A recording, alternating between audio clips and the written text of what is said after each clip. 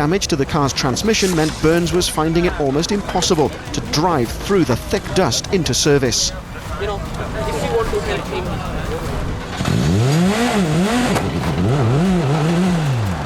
He and Robert Reid try everything they can think of to get the car moving again, but the frustration when nothing works is painfully clear to see.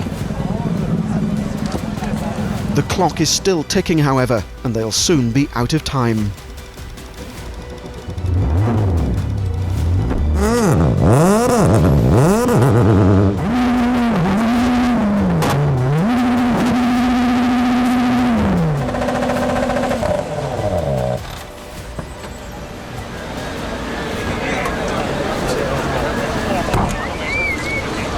Only a few hundred tantalising metres away, their engineers are powerless to do anything, and so, inevitably, the pair are out. Disappointment for him. Taka, what a run it was, though. He held third for so long, but Danny Sordo, he just came through on this final afternoon. You've done it, Danny. I'm so sorry, you gave it everything this weekend and you just lost it over the finishing line. How are you doing? Yeah, big congrats for Danny. Yeah, and I'm so sorry for the team. I tried, but obviously not enough, so I'm just not good enough. Just I try to improve more, and not really. I have no words, to be honest. Petter, 900 metres into the second last stage, and the car's parked in the trees. Can you tell us how it happened?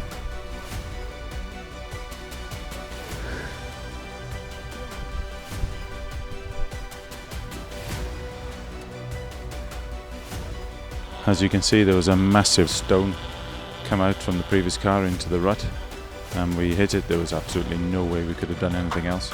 Broke the steering, broke the brakes. We're just a pair of passengers. There's nothing we can do. It's not what you deserve after the performance this weekend. No, that's exactly what I was feeling. You know, we have worked hard this weekend. We've done all the hard work on the first and second days, and for this to happen, it's just not fair. What an emotional morning for Chris Meek. Within 3 stages of his first win, his rally, like his Citroën, well and truly wrecked. I went off the start line here, I was comfortable, but the first corner was a fast one, tightened, and I understeered. I touched the front, and I think I punctured the front wheel, and braking for the very next corner I couldn't get stopped for a third gear right, and the rear stepped out to touch the wall, so we took the rear wheel off, and devastated.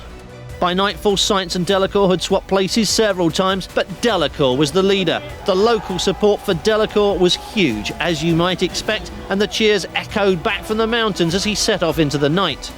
There was just one stage left. Carlos Sainz, second by 41 seconds, did not look like a happy man. Francois Delacour looked like a man who still hadn't woken up from a dream and had no idea of the enormity of the victory, which was just 14 miles down the road. Then, at the end of the last stage, monumental upset. Delacour came rolling downhill 5 minutes adrift. He'd been passed in the stage by Biasion. The Sapphire had gone off the road, the rear suspension had collapsed, both rear tyres were punctured, and there was total hysteria as the Frenchman's highly partisan supporters all burst into tears. Even the radio interviewer was in tears. For the first time, Francois Delacour himself seemed to understand how close he'd come to a famous victory on the Monte Carlo rally and how cruelly it had been snatched away. Inside the Ford, it was clear to see just how much McRae was pushing. His speed on stage 4, Ronde 1, as high as 210 kilometres an hour. Into 6. 14 kilometres into the stage in 5th gear, disaster struck. Reality bites hard. Not a word between McRae and Nicky Grist. Their championship almost certainly now in tatters. Colin, it's all over. What happened? I made a mistake. I cut a corner just a bit too much, and there was a hole in the inside, and it flipped the car upside down. Desperately disappointing for you. We were trying to win the championship, and things like that can happen. I'm just, sorry for the whole team. It was so near, but we haven't got it again.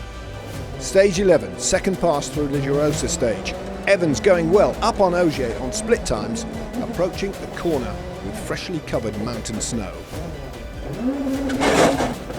Oh no! Oh no! We're off, properly off. Oh no, this is a disaster. You heard. We're a long way off there. We're a good 2 or 3 meters. This no. Could be an absolute disaster. His championship hopes up in smoke. Let's take another look. He knew as soon as he hit the corner, didn't he? He hit a tree. I think he was hoping that tree was going to... We're not, 2 or 3 meters down from the road there. Sorry to say, he's not getting out of this. Obviously, it's not ideal. You know, that's more or less game over now. So, I mean, it's what can I say? You know, you have to be there. You have to try. You know, we're not going to win anything by sitting round at the back. You know, I think everybody was having to take some sort of chance.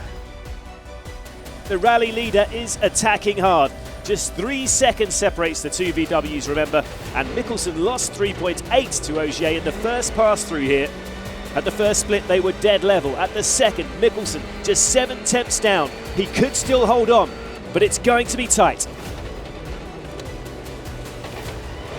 No, he's clipped the snow!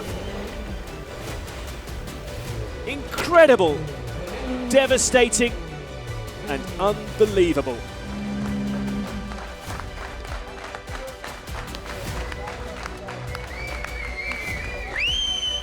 Disappointed, of course. We gave it everything. I really wish it could happen here, but okay. I'm proud of myself what we have done this weekend. We really give it all and gave the world champion a great fight. But sadly I did a mistake, and okay, it's life. I won't go underground. I will come back strong, and yeah, this will definitely not kill the motivation. So far, Roy Tanak has stayed out of trouble as he defends his lead of just under 20 seconds. What was that? It sounded like a tyre giving way under the car. It's a puncture for the rally leader, a bizarre incident.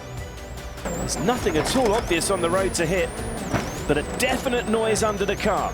It's cruel, cruel luck. By the end of the stage, 40 seconds are dropped, and with it, the rally lead is gone. An understandably devastated Tanak is lost for words, from glory to agony in an instant. And this must be a deflated Ott Tanak inside that Ford Fiesta, having driven a superb rally throughout the opening 2 days. A well-deserved career first victory has been snatched cruelly from his grasp, with the end in sight. Second place in Rally Poland. It's worth nothing, like nothing. 2 brilliant days here in Rally Poland. You must be pleased with that. I don't know. You know, the amount of work we put in, you know, in all this, you know, and in the end you get nothing. It's too hard. It's too hard.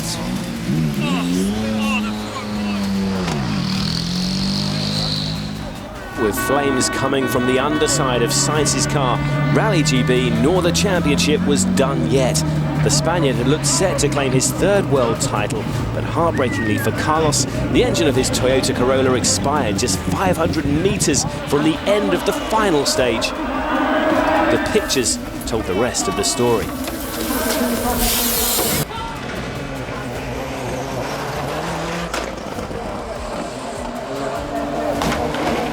Carlos, what happened? The engine blew 500 meters to the end of the last stage. Was there any warning it was going to happen? No. Nothing at all. Did you try pushing the car? No way. No way. What a way to finish the year. Yeah. Not so lucky again. But okay. That's life.